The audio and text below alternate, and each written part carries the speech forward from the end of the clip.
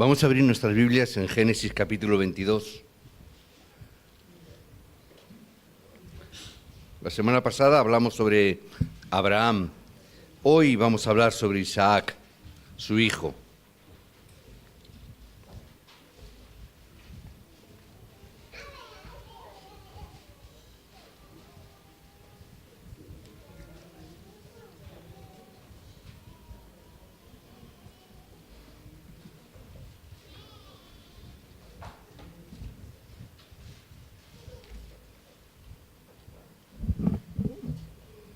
Tenemos capítulo 22, vamos a leer del 13 en adelante.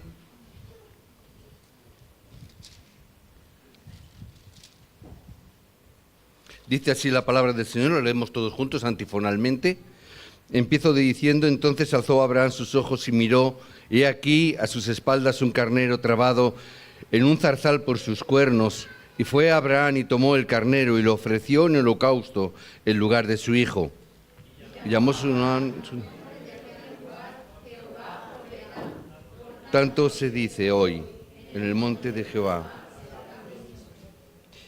Y llamó el ángel de Jehová a Abraham por segunda vez desde el cielo y dijo: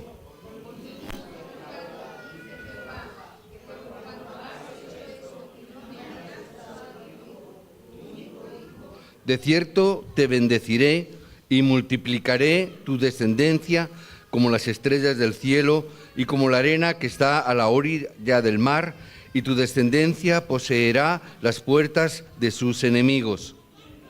Miente, serán benditas todas las acciones de la tierra, por cuanto obedeciste a mi voz. Y volvió Abraham a sus siervos y se levantaron y se fueron juntos a Betseba, y habitó Abraham en Berseba.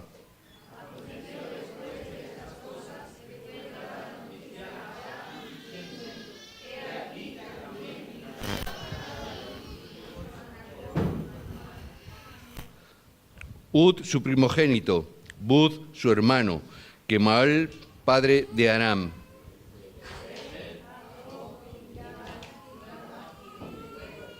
Y Betuel fue el padre de Rebeca. Estos son los ocho hijos que dio a luz Milca de Nacor, hermano de Abraham. Y su concubina, que se llamaba Reuma, dio a luz también a Teba, a Gama y a Taab y a Maaca. Hasta el versículo 19 podemos haberlo dejado, pero hemos preferido, así terminamos el texto. Hay una persona que tenía o tuvo en un tiempo problemas físicos, problemas mentales, pero que esa persona fue sanada por Dios. Esta persona que fue sanada de parte de Dios se preguntó una cosa, hizo una pregunta: ¿cuál es el objetivo de Dios? Ahí está bien. Y esta persona se preguntó: ¿por qué Dios me ha sanado? ¿Cuál es el motivo de que Dios me haya sanado? En medio de todo esto, descubrió el plan absoluto de Dios. Hoy tenemos nosotros también que descubrir cuál es el plan absoluto de Dios para nuestras vidas. Amén. Esta persona que fue sanada, esta persona que preguntó a Dios cuál era el plan de su vida, estaba tan agradecida que decidió quedarse en el hospital a ayudar a los enfermos y a las personas que lo necesitaban. Esta mujer, esta persona, ayudó a muchas personas, pero ayudó concretamente a una persona, a Helen Keller. ¿Cuántos conocéis a esta mujer? Helen Keller. Eso es porque tenéis que dar gracias a Dios de que no estáis ciegos ni sordos. Esta mujer, que nació normal, a los 19 años, Helen Keller, por una enfermedad que tuvo, unas fiebres que tuvo en la cabeza, quedó ciega y quedó sorda, por lo cual también tuvo un gran problema en el habla. No pudo hablar, no podía hablar. Así se tiró muchos años, algunos años, sin poder comunicarse con nada ni con nadie, estar totalmente casi asalvajada, hasta que esta mujer, llamada Anne Sullivan, que entregó su vida por los demás, porque Dios había sanado la suya, tuvo ese encuentro con Helen Keller. Y esta mujer la pudo ayudar a descubrir todo un mundo que había a su alrededor. Esta mujer, Helen Keller, nos dice en su biografía que nadie pudo apreciar el secreto de su desarrollo sin conocer algo de su fundamento espiritual. Para ella la religión o el evangelio es una manera de vivir día a día. La vida espiritual es tan real y práctica para ella como la vida natural. Su cristianismo se basa en el evangelio del amor. Una mujer ciega, sorda y muda pudo desarrollar esa capacidad espiritual gracias a que Dios estuvo con ella. Gracias a que también otra mujer que conocía el evangelio y conocía a Dios dedicó su vida para levantarla. Esta niña, Helen Keller, con 16 años, llegó a graduarse en una universidad. La primera mujer o la primera persona sorda que se graduaba en una universidad en Estados Unidos. Una mujer ciega, sorda y apenas pudiendo hablar, levantó las mayores fundaciones para personas con incapacidad visual y con incapacidad de audición. Hoy en día, he cogido datos, hoy en día todavía en estos lugares, en muchas escuelas, en muchos institutos, en muchas universidades, se estudia la vida de Helen Keller. Hoy en día en la ONCE, que sabéis que es la Organización Nacional de Ciegos, todavía se sigue estudiando, los que quieren trabajar siguen estudiando la biografía de Helen Keller. ¿Por qué? Porque una mujer, Anne Sullivan, dedicó y entendió cuál es el plan para su vida, cuál es el plan absoluto de su vida. Esta mujer terminó diciendo, solo sé una cosa, a ver si os suena, que antes era ciega y ahora veo. Esta mujer pudo entregar su vida por causa de los demás. ¿Qué ocurre? Que hoy en día hay personas que no saben por qué viven, no saben por qué están viviendo. Para muchos no tiene sentido la vida y muchos de ellos terminan suicidándose porque no saben para qué viven, no saben por qué están viviendo. Muchas personas sufren porque como no saben para qué están viviendo, cualquier circunstancia, cualquier acontecimiento es una tragedia en la vida. ¿Por qué? No saben para qué estoy viviendo. Y si encima tengo problemas, pues es un desastre mucho mayor. No saben por qué están viviendo. El problema es que muchos creyentes, muchos cristianos, tampoco tienen respuestas a sus oraciones, porque no saben tampoco por qué están viviendo. Muchos creyentes tampoco ven cómo en sus vidas se cumple la palabra de Dios. Viven, pero dicen, estas cosas que veo en la Biblia no las encuentro, no las disfruto, no las vivo. ¿Qué está pasando? Llegan a la conclusión. No saben por qué tienen que ir a la iglesia entonces. Si no reciben respuestas a sus oraciones, no reciben tampoco que la palabra de Dios se cumpla en su vida, ¿para qué voy a perder el tiempo en una iglesia? Se quedan mejor en sus casas. Muchas personas, muchos creyentes están atados, atrapados en estas situaciones. Están en un estado muy peligroso. Anne Sullivan, esta mujer buscó el plan absoluto de Dios para su vida. ¿Cuál es ese plan de Dios? No es difícil, no es tan complicado, pero sí es importante que nosotros tenemos que tener y tomar este título de oración. Tenemos que orar así también. Señor, ¿cuál es el plan absoluto que tú tienes para mi vida? ¿Cuántas veces nosotros invertimos tiempo en preguntarnos esto? ¿Cuántos de nosotros tenemos nuestros tiempos de oración y invertimos un tiempo de decir, Señor, ¿cuál es el plan absoluto que tú tienes para tu vida, para mi vida? Yo muchas veces me lo he preguntado, muchas veces me lo pregunto. Yo me lo pregunté en un principio de mi ministerio, yo le decía, Señor, ¿por qué yo tengo que ser pastor? ¿Por qué? Hay muchos pastores. ¿Por qué yo tengo que ser pastor? Hay muchas personas que están mucho más preparadas que yo, con una coeficiente intelectual mayor que el mío. Personas que tienen carreras universitarias, que tienen doctorados. ¿Por qué tengo que serlo? Además, si hay tantos pastores en el mundo, ¿por qué? Porque yo. ¿Por qué no eliges a otro? Con el tiempo Dios ha ido respondiendo todas estas preguntas. Las iglesias de todo el mundo estamos entendiendo hoy en día hay tantas iglesias en el mundo que están cerrando sus puertas. Hoy en día estamos viendo que hay tantas iglesias que no tienen ministerio pastoral, tantas iglesias que están viviendo sus vidas cristianas, sus vidas de fe, sin un propósito, sin tener claro cuál es el plan que Dios tiene para sus vidas. Iglesias que abren cada domingo las puertas y no tienen un motivo ni no tienen un porqué, simplemente, bueno, pues porque tenemos que alabar a Dios, pero no hay una dirección ni un motivo claro de por qué tienen que abrir las puertas las iglesias. Muchos creyentes van a la iglesia porque tenemos que venir, porque lo han hecho mis padres y yo pues lo asumo también, o porque un día pues pasó algo, pero... Y vemos que hay muchos creyentes que cualquier excusa es buena para decir, bueno, pues yo no voy a la iglesia. Cualquier excusa es buena para dejar de venir a la iglesia y hacer cualquier otra cosa. Es que hoy llueve, entonces no voy a la iglesia. Es que hoy hace mucho calor, ay, que da pereza ir a la iglesia. Entonces frío o calor da igual. Ay, es que está muy lejos, tenemos que ir hasta allí. Ay, es que tardo 20 minutos en ir a la iglesia, es que está muy lejos. Y con este calor, da pereza, ¿verdad? Te levantas por la mañana y qué a gusto se está en la cama. No puedo madrugar, durante la semana tengo que estar madrugando. Y hoy domingo, ay, tengo que ir a la iglesia con a gusto que está en la cama. Ay, me quedo en la cama. ¿Qué significa? No entendemos el plan absoluto de Dios. No estamos entendiendo cuál es ese plan que Dios tiene para nuestras vidas. Estamos viendo y estamos entendiendo que hay muchos teólogos, hay cada vez más teólogos, pero los seminarios cada vez están más vacíos. Cada vez hay menos seminarios. Entendí esto.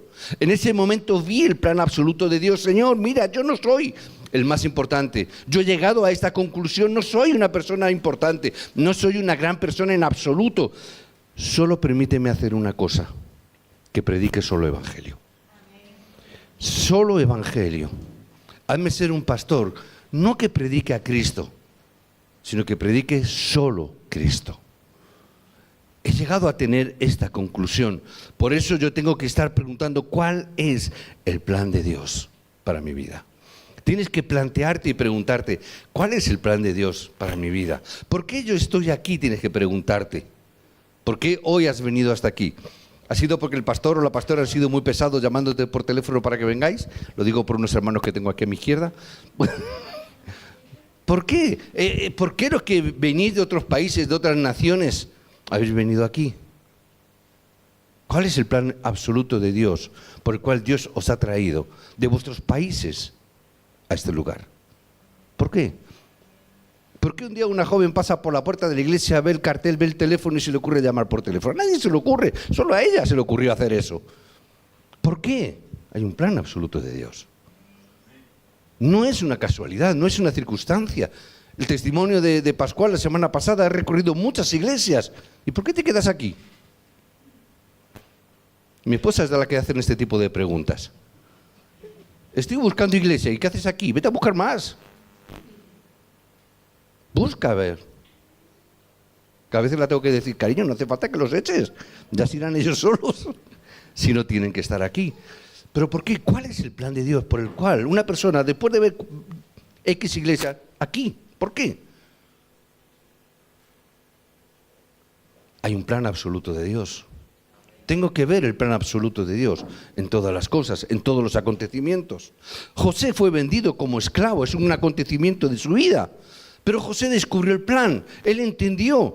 Yo voy a como esclavo, pero lo importante no es eso, lo importante es que yo voy a Egipto. ¿Por qué? Porque yo sé que el plan absoluto de Dios está en Egipto, yo tengo que ir a Egipto. No importa, a lo mejor la forma más fácil de ir a Egipto es ir como esclavo, porque no me va a costar nada el trayecto. No tengo que pagar el viaje, ya me llevan ellos. No me tengo que preocupar de la ruta. No tengo que buscar GPS, ya me llevan como esclavo, bueno, pero me llevan a Egipto. ¿Por qué? Porque ahí está, dentro de ello, está el plan absoluto de Dios. Por eso vemos como José, donde estuvo, siempre fue origen de bendición, porque era el plan absoluto de Dios. No importa que vayas como esclavo, pero estás en el lugar correcto, entonces tú eres origen de bendición. No importa que estés en la cárcel, a nadie le agrada la cárcel. Pero si yo entiendo el plan absoluto de Dios, entonces aún en la misma cárcel, él fue origen de bendición. Cuando estuvo en casa de Potifar, que es lo que nos dice la Biblia, que por causa de José, Dios bendijo su casa. ¿Qué es lo que nos dice las Escrituras? Que Dios estuvo con José. ¿Por qué? Porque está dentro del plan absoluto de Dios. ¿Cómo yo sé que Dios está conmigo? Porque yo muchas veces lo digo con una aseveración, ¿verdad? Lo reafirmo. Porque sé que estoy dentro del plan absoluto de Dios. Tal cual. Entonces, yo sé, Dios está conmigo. Por eso es en el día de hoy es que tenemos que preguntarnos, ¿cuál es el plan absoluto de Dios? Todos sabemos, los videojuegos están muy de boga, muy en moda, ¿verdad? Y la gente juega mucho con los videojuegos. No solamente jóvenes, ya jóvenes y mayores, ¿verdad? Hay una de las cosas que yo me pregunto, ¿por qué les gusta tanto a los jóvenes los videojuegos? Puede haber por muchas causas. Yo he encontrado una. Hay muchas, puede ser, muchas. ¿Me aburro? Vale. Pero hay algunas. ¿Por qué? Porque a todos nos gusta ser el Messi que mete los goles. Como no los puedo meter, los meto con el videojuego.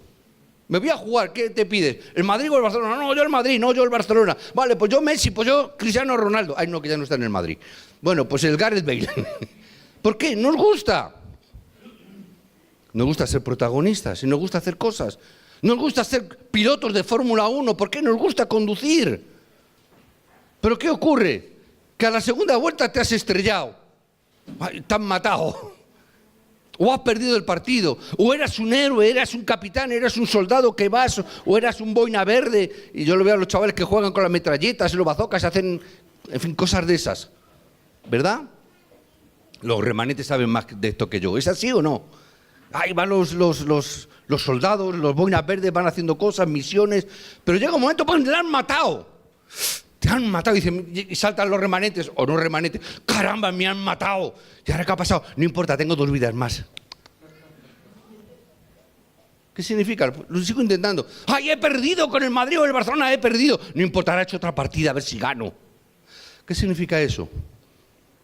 En los videojuegos tenemos muchas vidas, o varias vidas, ¿verdad? Reiniciamos la partida y tenemos 3 vidas más. ¿Cuántas vidas tenemos nosotros? Nosotros no vivimos en un videojuego. Nuestra vida no es un videojuego que tenemos varias vidas. Me muero ahora, no importa, me revivo y vivo otra vida. No me gustó la que tuve, pues ahora me voy a hacer otra vida diferente. Los chavales cambian de videojuego. No, este ya no me gusta, voy a cambiar de videojuego. Pueden hacer eso. Ya no quiero ser un paracaidista de estos de un boina verde. No, ahora quiero ser un futbolista, o un Fórmula 1, o un corredor de motos, Nosotros solo tenemos una vida. Por eso nuestra vida es única y valiosa. Y yo tengo que preguntarme, ¿qué vas a hacer con tu vida? No vamos a vivir más vidas. No estamos en un videojuego. No estamos tampoco creyendo en una reencarnación.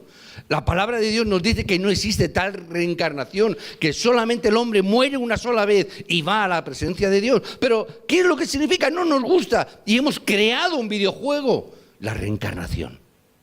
No importa, en la India, no importa, tengo una mala vida, pero no importa porque en la próxima, como me he portado bien, en vez de ser un perro voy a ser una vaca, para que me protejan y me resguarden. ¿Por qué? Porque no me ha gustado la vida que he tenido, entonces voy a vivir otra vida. Y hay un conformismo en este sentido. No importa, yo vivo mal ahora, no estoy mal, no vivo bien, pero yo sé que Dios me va a reencarnar, o el Dios o quien sea, me va a reencarnar en otra cosa. La gente cree en la reencarnación, ¿por qué? Porque no está conforme con lo que vive. Yo no veo a muchos millonarios y mucha gente de esta que dice, no, yo quiero reencarnarme. ¿En qué te vas a reencarnar si lo tienes ya todo aquí en este mundo? ¿En qué te vas a querer reencarnar que sea mejor? ¿Verdad? En cambio, la gente que no tiene la que busca. En la India es una forma de mantener el estatus social, que la gente esté tranquila y apaciguada con este sistema de castas. Si te portas bien, pasarás a otra casta superior. Vamos a ser buenos entonces, para pasar a tener otra vida mejor. No es un videojuego, nuestra vida es única y por eso es valiosa. Por eso tenemos que preguntarnos cuál es el plan absoluto que tiene Dios para nuestras vidas. ¿Cuál es el plan absoluto que Dios tiene para tu vida? No es un videojuego lo que estamos viviendo, es real. Solo tenemos una vida. Solo podemos vivir una vida. Los héroes que encontramos en la lista de Hebreos 11 fueron hombres y mujeres que su característica era que todos descubrieron cuál era el plan de Dios para ellos. Lo descubrieron. Tenemos personajes importantes también en la historia como Abraham Lincoln. Abraham Lincoln tampoco era una persona que quiso ser ¿Por qué yo tengo que ser yo presidente de esta nación? No entendía por qué. Él miraba a la oposición y decía, hay mejores políticos en la oposición que yo. ¿Por qué yo tengo que ser presidente del gobierno? ¿Por qué yo tengo que alcanzar este puesto? Porque llegó a entender, hay un plan absoluto que Dios me ha dado. Gálatas 2:28. Y él entendió, si yo soy presidente, tengo que acabar con esta abolición de la esclavitud. Y aunque hubo mucha gente en contra, incluso que le llevaron a matarle, él pudo sacar adelante esa normativa. Y pudo crear con muchas circunstancias y con muchas historias. Pero él tenía claro una cosa, tengo que abolir la esclavitud. Él tenía un plan para su vida, por eso Dios le bendice. Por eso en el pasaje de hoy vemos que Isaac nació cuando su padre tenía ya 100 años. 100 años. Yo tengo que ver, había un plan y un propósito de Dios. No es normal que una persona con 100 años tenga un hijo, máxime ya cuando una mujer que era estéril. Yo tengo que ver en medio de todos los acontecimientos, ahí había un plan de Dios. Incluso había un plan de Dios en la vida de Isaac, que no fue todo de rosa, él tuvo también problemas y tuvo mucha oposición con los filisteos. Pero yo tengo que ver qué plan absoluto tenía Isaac. Eso es lo que tenemos que ver en el día de hoy. ¿Cuál es ese plan absoluto?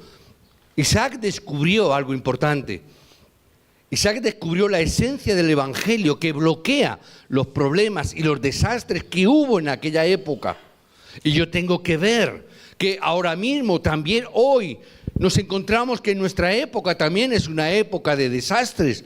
Aun cuando más se desarrolla el mundo, la ciencia y la medicina, nos dice también la palabra que mayores desastres vienen, aun cuando tenemos mucha más ciencia y mucho más avance. La Biblia lo profetizaba. En ese momento es que Dios ordena a Abraham algo tremendo que hemos leído. Anda, Abraham, toma a tu hijo y sacrifícamelo. Toma a tu hijo y sacrifícamelo. Ve al monte Moriah a hacer esto. Y Abraham tomó a su hijo con 2 criados o siervos y tiró para allá a hacer ese sacrificio. Isaac, que no era un niño pequeñito, sabía de lo que estaba ocurriendo, él sabía lo que era hacer un sacrificio a Dios. Y él se preguntó, vamos a ver, llevamos la leña, llevamos todo, pero aquí nos falta lo más importante, nos falta el protagonista, nos falta el cordero, nos falta lo que tenemos que sacrificar. Y Abraham, no te preocupes, Jehová Jireh, Jehová proveerá.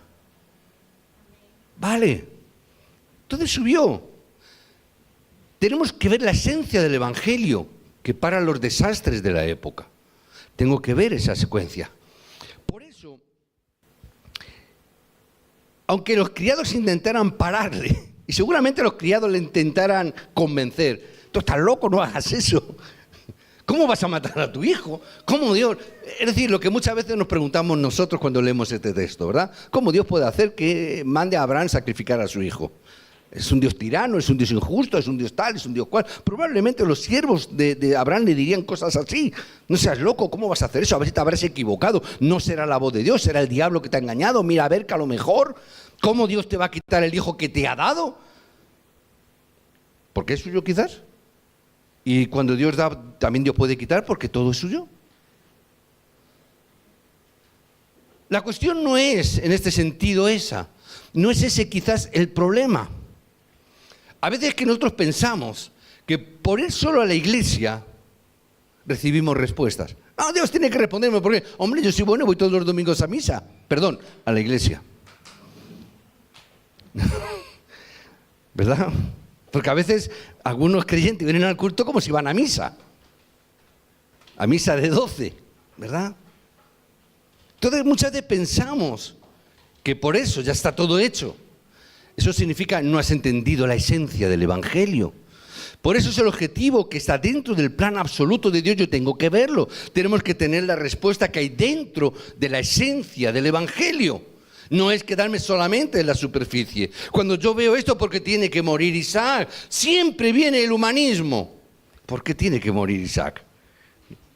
A ver, ser sincero, ¿lo habéis pensado o no? ¿O soy yo solo el que piensa? De esta manera, quiero decir, claro que pensáis. ¿Pero soy el único yo que piensa a veces que ha pensado esto? ¿Por qué tiene que morir Isaac? Pero el Evangelio, ¿de qué está hablando? ¿El Evangelio de qué habla? ¿De llenar iglesias? ¿De qué habla el Evangelio? ¿De venir a calentar bancos? ¿De qué habla el Evangelio? El Evangelio habla de la vida y de la muerte. ¿Por qué me preocupa tanto la muerte de Isaac? Si al fin y al cabo tenía que morir. Si al fin y al cabo tenemos que morir. ¿Hay alguno de los que estamos aquí que no se va a morir? ¿Hay alguno de los que nos vean a través de internet hoy, mañana o pasado que se crea que él no va a morir? Todos tenemos que morir. Entonces, ¿cuál es el problema? ¿La muerte? No es esa la cuestión. El problema precisamente es la vida. Que Dios ha venido a darnos vida. Los no creyentes no lo saben. Piensan que así es la vida. Todos hay que morir, vale, pues todos moriremos. Pero ¿por qué tiene que morir el ser humano? La esencia del Evangelio nos está diciendo que el hombre tiene que morir. ¿Por qué? No es porque fuese el plan de Dios, sino por causa del pecado original es que el hombre tiene que morir. Pero eso no nos preocupa tanto. No nos preocupa tanto que las personas que mueren, ¿a dónde se dirigen? Eso tampoco es esencia del Evangelio para mí. Me preocupa de que Isaac sea injusto que muera o no. Pero nos da igual que mueran miles o millones de personas y no están conociendo el Evangelio. Porque esa es la esencia. Que lloramos por una persona, pero como son millones de personas, parece como que no me afecta tanto. Porque, bueno, asumimos esa condición, pero es la causa del problema del pecado original. El hombre está apartado de Dios, el hombre está sufriendo y el hombre está condenado a la muerte eterna. Pero no me preocupa. Esa es la esencia del Evangelio. ¿Por qué vienen problemas espirituales a las familias? Yo tengo que ver esto. Los no creyentes no lo pueden entender. Bueno, es así, el ser humano es así, ya está. Hermano, no es así porque sí, es una obra que el diablo está haciendo, que quiere romper y destruir a la familia, los matrimonios, porque también con ellos destruye los niños, los remanentes. Es un problema de destrucción total. Dios en medio de estos problemas, en medio de estas dificultades, en medio de la muerte, Dios dijo que enviaría al Cordero de Dios, que Él enviaría un Cordero. ¿Quién representa a Cristo? ¿Quién representa el sacrificio en la cruz? Y cuando Dios está mandando a ese Cordero para que Isaac viva, lo que nos está diciendo es que a través del Cordero de Dios podemos tener vida y vida en abundancia. Yo tengo que ver la esencia del Evangelio. No es que Abraham vaya a morir. Sí va a morir de todas maneras. La esencia del Evangelio es que Dios nos ha dado un sustituto para que no muramos nosotros. Para que Isaac no muriera en ese momento, pero que no muriera eternamente apartado de Dios. No es la muerte física, no es relevante la muerte física para un cristiano. Es pasar de muerte a vida, da igual. Si yo voy a pasar de estar en esta vida que no es la real, es dormir y despertar, ¿dónde? En la vida eterna. ¿Dónde está el problema entonces? El problema es si Cristo no provee de Cordero. Si Cristo no provee, si Dios no provee de ese hijo que tiene que morir en una cruz por ti y por mí. Dios quería que conociera, que entendiera, como también nosotros hoy necesitamos conocer y entender cuál es la esencia del Evangelio. Dios le hizo descubrir la esencia del Evangelio, que para los desastres de la época en la que estaba viviendo. Hay muchas personas que van a la iglesia y no conocen el Evangelio. Si realmente lo conocieran, se solucionaría todo problema. Hoy en día, con los creyentes que hay, si realmente entendiéramos el Evangelio, podríamos detener los problemas que tiene esta sociedad hoy en día. Pero no lo conocemos. No tenemos esa esencia. ¿Por qué? Cada uno pelea la batalla por su lado. Mi iglesia es mejor que la tuya. Mi religión es mejor que la tuya. Parece como que las iglesias son como detergentes que lavan los pecados mejor las unas que las otras. Y a veces hacemos anuncios en la prensa evangélica y en la televisión y en la radio. Vaya usted a la iglesia porque ahí sí que funciona bien el Evangelio. ¿Y los demás qué pasa? ¿No está Cristo? Hacemos anuncios como si fuese un detergente. Significa no entendemos bien el Evangelio, no entendemos lo que es la esencia del Evangelio. Creyentes que pelean, ¿por qué? Porque yo no tengo una posición importante en la iglesia. Creyentes discuten por eso. Aquí alguno se me marchó una vez porque se le dijo, oye, ¿puedes ocuparte de la diaconía de ¿cuál era? ¿La de mantenimiento? No me dijo nada y luego me enteré, desde ese día dejó de venir a la iglesia. Dejó de venir a la iglesia. ¿Qué le ha pasado a fulanito? No, es que le ofreciste una diaconía menor y se ofendió. Diaconía menor, yo no sabía que había diaconías mayores ni menores. Diaconía es diaconía, es servir a Dios, da igual donde sea. Pero se ofendió. ¿Por qué? Porque entendía eso. ¿Qué significa? No conocer el Evangelio. Es no conocer la esencia del Evangelio. Por eso vienen las dificultades, por eso vienen los problemas. Los que han recibido salvación conocen el plan perfecto y absoluto de Dios para sus vidas. Isaac vio la esencia de esto. Hermanos, os bendigo en el nombre de Jesucristo para que veáis la esencia del Evangelio. No os quedéis en la superficie. Ay, es que yo he visto un cristiano que no es muy bueno. Claro, hay muchos que no son muy buenos, pero tú no has visto a Cristo. ¿Cuál es tu problema? Que no has visto a Cristo. Estás viendo a cristianos, sí, pero no has visto a Cristo. Tienes que ver a Cristo. Porque si tú ves a Cristo, vas a ver a los creyentes de forma diferente. Es verdad que habrá algunos que dejan mucho que desear, pero yo no estoy viendo a los cristianos, yo veo a Cristo. Los cristianos hay muchos muy buenos, pero ninguno ha muerto por mí. Lo que más es que me invitan a comer a veces, ¿verdad? Pero ninguno muere por mí. ¿Quién murió por mí? Solo Cristo.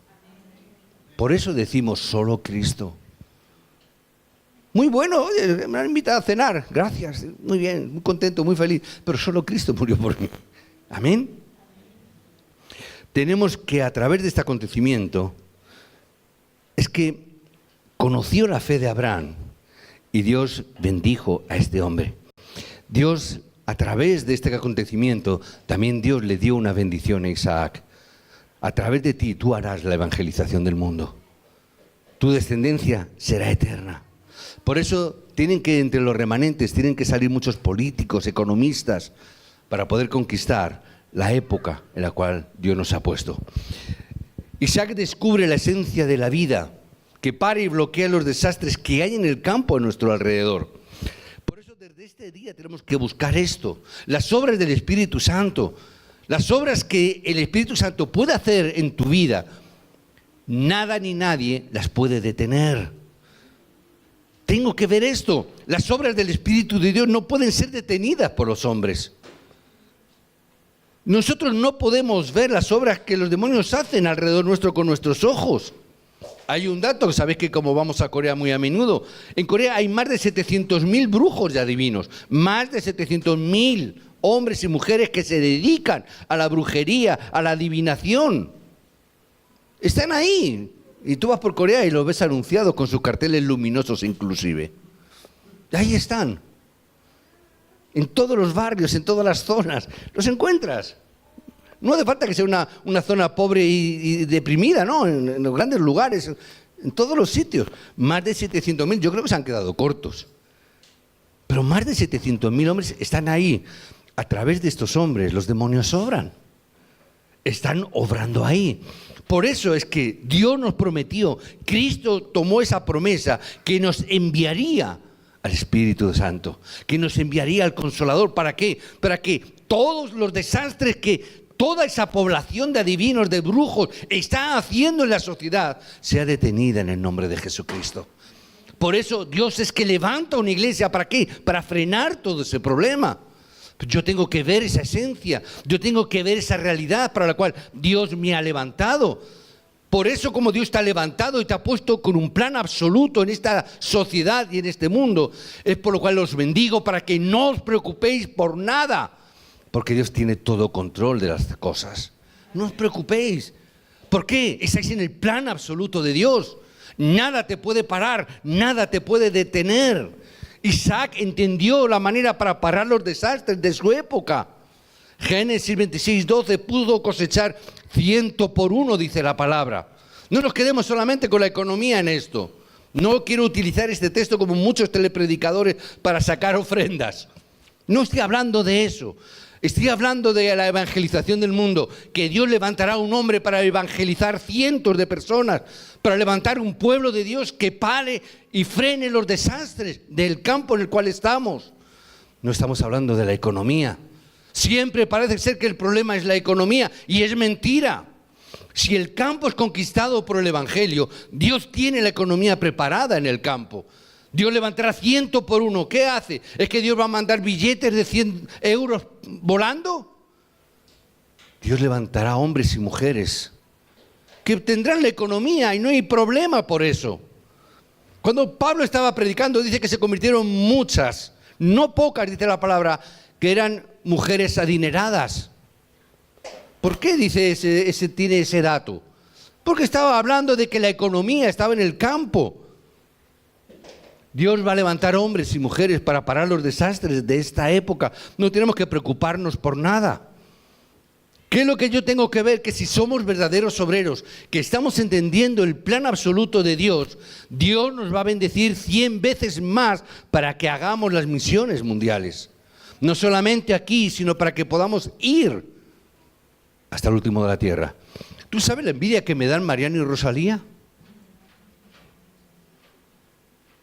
¿Y sabes a veces la frustración que tengo? De que no puedo pagarles yo el pasaje. De que no puedo pagarles la estancia. De que no podemos proveerles de todo. ¿Cuál es mi frustración? Que tengamos ahí seminaristas, mejor dicho, a pastores, digo seminaristas, asistentes de pastores que quieren ir a entrenar, que van a invertir su tiempo, van a invertir su comodidad, van a invertir su familia, van a invertirlo todo. Y como iglesia no puedo mantenerles. Eso es lo que me frustra. Esa es la importancia. Pero yo creo que Dios lo va a hacer, porque hasta ahora somos testigos de esto, porque esta iglesia no tiene nada, pero ha recibido tantas bendiciones. No tiene nada, os lo aseguro. Tengo la cuenta del banco, la podéis ver, quien quiera que me la pida.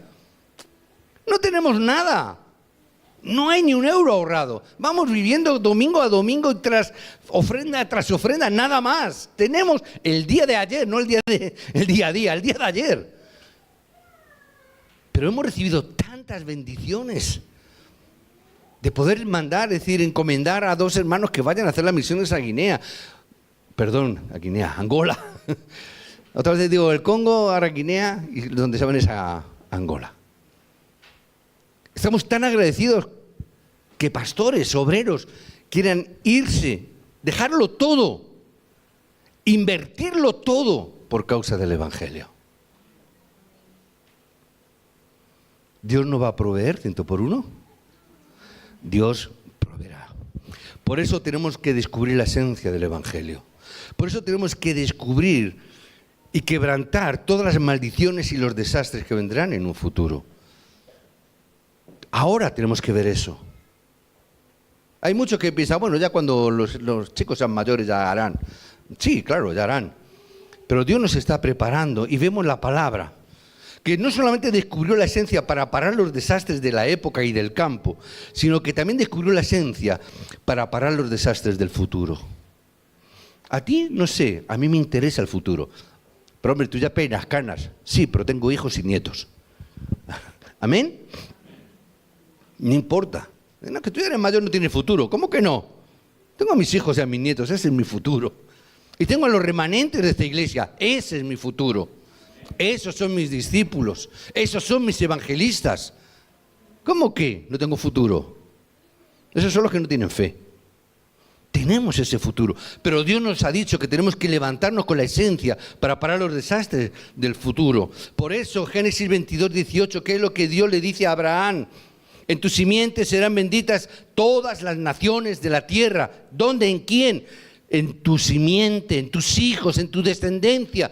Ahí estará todas las bendiciones que Dios tiene para vosotros. Ahí tienes que haber dicho un amén más grande. Porque tenéis hijos, o los tendréis, o tenéis sobrinos, o hay remanentes a vuestro alrededor. No importa. Cuando Dios está hablando de esto, estaba hablando y se refiere a los desastres que vendrán en el futuro. Esta la palabra se la dio Dios a Abraham. Pero es que Isaac recibió también esa misma palabra en el capítulo 26, versículo 24. 26, 24 lo tenía aquí, pero el aire me lo volcó. 26, versículo 24. Y se le apareció Jehová a Isaac aquella noche y le dijo: yo soy el Dios de Abraham tu padre. No temas, no temas. No temáis, porque yo estoy contigo. Al igual que estuvo con tu padre Abraham, voy a estar contigo. Y yo bendeciré y multiplicaré tu descendencia por amor de Abraham, mi siervo. La misma bendición que tuvo Abraham la recibió Isaac. Está hablando de un futuro, está hablando de una continuación. Gracias a esa palabra, Dios levantó a Jacob y bendijo a Jacob. Y Dios cambió su nombre de Jacob al nombre de Israel, porque Dios estuvo con ellos. A través de Jacob, ¿quién nació? Nació José. Es verdad, 11 hermanos más, pero fue José quien hizo la evangelización del mundo en Egipto. ¿Por qué? Las bendiciones de Dios que pasan de generación a generación. Amén. Las bendiciones pasan. Entonces, ¿cómo no voy yo a preocuparme, entre comillas, por mi descendencia? Si Dios las va a bendecir, claro, yo voy a preparar. Ellos son la bendición, son los descendientes, son la simiente que Dios le está levantando para parar la época, los problemas de la época, los problemas del campo donde estén. Dios lo va a hacer. Yo bendigo esa palabra. Por eso quiero bendeciros en el nombre de Jesucristo. Que recibáis esta bendición y esta gracia de parte de Dios. Por eso, cuando vengan pequeñas o grandes dificultades, no os quedéis mudos.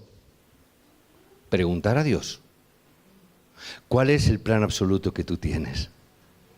¿Por qué yo tengo este problema o esta dificultad? Pregúntale a Dios: ¿cuál es el plan absoluto que tú tienes en este problema? ¿Por qué yo me agobio tanto por mi hijo, por mi hija? Pregúntale a Dios: ¿cuál es tu plan absoluto a través de esta situación? A través de mi hijo, a través de mi hija, o a través de mi esposo, o a través de mi esposa, o a través del pastor. ¿Cuál es el plan absoluto que tienes? ¿Por qué has tenido un pastor así? Pregúntale a Dios: ¿cuál es el plan absoluto que Dios tiene? Porque yo le voy a preguntar lo mismo: ¿por qué Dios te ha traído a ti aquí? Yo le pregunto a Dios: ¿cuál es el plan que tú tienes a través de esta persona? No es broma, lo hago en serio. Lo hice con Pascual y lo hago con todas las personas que vienen a la iglesia nueva, lo hago. Mi esposa y yo oramos: Señor, ¿cuál es tu plan? Si van a ser discípulos, amén. Si no, Señor, llévatelos. ¿Por qué? No queremos más problemas que los que tenemos. Pero le pregunto: ¿cuál es tu plan absoluto de Dios que tienes para esta persona, para este matrimonio, para esta familia? ¿Por qué? Porque quiero orar en el plan de Dios. Quiero orar en la voluntad de Dios. Quiero ver con los ojos de ver el plan de Dios a través de las personas. Cuando vengan problemas, cuando vengan dificultades, pregunta: ¿cuál es el plan de Dios? ¿Por qué el Señor me hace? No, así no. ¿Por qué Dios? A ver, ¿cuál es tu plan? No el por qué, ¿cuál es tu plan? ¿Por qué Dios ha venido? Porque tengo un plan para ti. Ah, sí, pregunta. Cambia la cosa. No te sulfures que vienen problemas, no te amargues si vienen problemas, que vienen dificultades. Algunas veces hemos dicho: si vienen, dale gracias a Dios, porque a través de ello vas a descubrir el plan absoluto de Dios. ¿Amén? Tenemos que ver esto. Y la vas a ver a través no solamente de tus oídos, sino que la vas a escuchar a través de la realidad que vas a vivir, a través de la palabra de Dios que se va a cumplir en tu vida. Si tú entiendes y encuentras el plan de Dios, entonces no solamente es que oirás a Dios, sino que lo vas a ver cumplirse alrededor de tu vida. Vas a ver cómo la palabra se va a cumplir alrededor de ti. ¿Por qué? Porque estás dentro del plan de Dios. Pastor, la palabra de Dios no se cumple en mi vida. ¿Le has preguntado cuál es el plan de Dios para tu vida? A ver si es que te has equivocado de tren. A ver si es que te has equivocado de barco. Pregunta: ¿cuál es el plan absoluto que tú tienes para mi vida? Señor, yo solamente tengo una vida. No quiero desperdiciarla. No soy una Game Boy que me reinicio. Quiero saber cuál es el plan absoluto de mi vida. Muchas personas no han saboreado el cumplimiento de la palabra de Dios. A veces me da pena porque veo creyentes no saben disfrutar, no ven es el cumplimiento de la palabra, no disfrutan del cumplimiento de la palabra. Por eso hay muchos creyentes que les da pereza venir a la iglesia. Porque, ¿para qué? No disfrutan de eso. Hay algunos que incluso van y se duermen. Uno van y se duerme. No pasa nada, ¿eh? Se duerme. Si alguien está a tu lado y algún día se duerme, déjale. Eso es que por la noche se ha quedado viendo la televisión hasta muy tarde, ¿verdad? Entonces tiene sueño, llega al culto y se duerme. ¿Por qué? Porque por la noche, algunos jóvenes Pastor, ¿me puedo ir de fiesta por la noche? Bueno, si luego a las 11 estás en el culto, ve donde te da la gana. Ay, pero es que a las 11 luego madrugar, entonces no vayas. ¿Qué me estás preguntando? Yo no te lo prohíbo. Pero sí te digo, tu responsabilidad, tu obligación, lo que te conviene, lo que es bueno para ti es que estés en el culto a las 11. No a las 12, a las 11. No a las 11, a las 11 menos cuarto si es posible, para estar orando y preparando el culto. ¿Verdad? No a las 12, sino a las 12 menos 10, para estar preparando mi corazón para recibir culto, para dar culto a Dios. Eso es lo que te conviene. Ahora, puedes ir a la discoteca, puedes ir ve, puedes quedarte a ver televisión y hacer una jornada maratoniana de películas de Harry Potter o las que te dé la gana. Puedes. Yo no te lo voy a prohibir, pero lo que te conviene, ¿qué es? Que estés a las 11 menos cuarto. ¿Sí o no? Entonces, si ves que alguien se duerme porque se ha quedado viendo la televisión, o que viene de algunos que vienen de fiesta, o algunos que terminan la fiesta y van directamente al culto, espero que no. Espero que no. Pero si alguno lo hace, déjale dormir. ¿Qué le vas a hacer? Déjale dormir, no pasa nada. Simplemente debemos de preguntarnos, ¿esto entra dentro del plan absoluto de Dios? ¿Es esto lo que forma parte y es importante para que yo encuentre cuál es el plan absoluto de Dios? Yo no te voy a decir, tú tienes que preguntar a Dios. No busques en mí tu coartada. Como el pastor no me ha dicho que no, no busques la coartada. Pregúntale a Dios. Yo no soy Dios. Pregúntale a Dios esto. Entonces podrás ver y podrás comprobar que a través de los acontecimientos vas a experimentar grandes cosas en tu vida. Amén. Os bendigo en el nombre de Jesucristo. Que en este día, en esta mañana, preguntemos cuál es el plan de Dios. Que veamos la realidad para ver el camino que Dios tiene para nosotros. Pero no solamente la realidad, sino también la verdad. Cuando vemos la televisión, los informativos nos hablan de la realidad de lo que ocurre, pero no siempre es la verdad, ¿verdad? A veces nos cuentan la realidad, sí, es verdad que está ocurriendo esto, pero no nos cuentan la verdad. Tenemos que entender la verdad y la realidad, y sobre todo la realidad espiritual.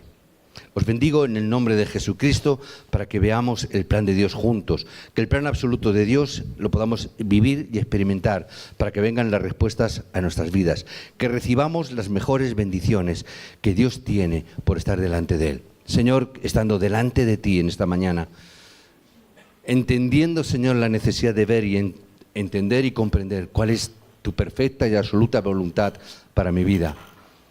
Una vida que nos quedarán X años, Padre. Yo a veces me siento que el tiempo se me acorta, se nos acorta el tiempo.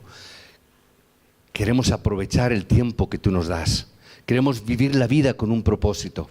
Queremos vivir, Señor, lo que nos quede de vida a cada uno de nosotros conforme a ese plan absoluto. Que tu plan se cumpla. Es lo que nos enseñó Jesús a orar. Hágase tu voluntad. Venga a nosotros tu reino. Eso es lo que nosotros aquí y ahora oramos. Señor, que aquí en nuestro lugar, Señor, el reino de los cielos se establezca y, Señor, que tu voluntad perfecta se cumpla en cada uno de tus hijos aquí congregados. No salgamos indiferentes a tu palabra. Que hoy, Señor, no hayamos escuchado un sermón del pastor. Hoy, Señor, que hayamos escuchado tu voz a nuestro corazón. Aparta, quita todo aquello que no sea palabra eterna, palabra de vida. Señor, que solo se grabe la palabra que viene de lo alto.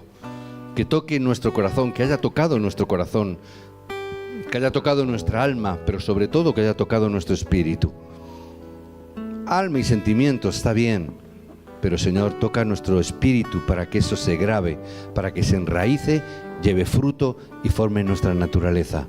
Una naturaleza de evangelio, una naturaleza de vida, una naturaleza que donde esté sea origen de bendición, una naturaleza que pare los desastres de esta época, una naturaleza que allá donde estemos, los campos, Señor, sean reavivados.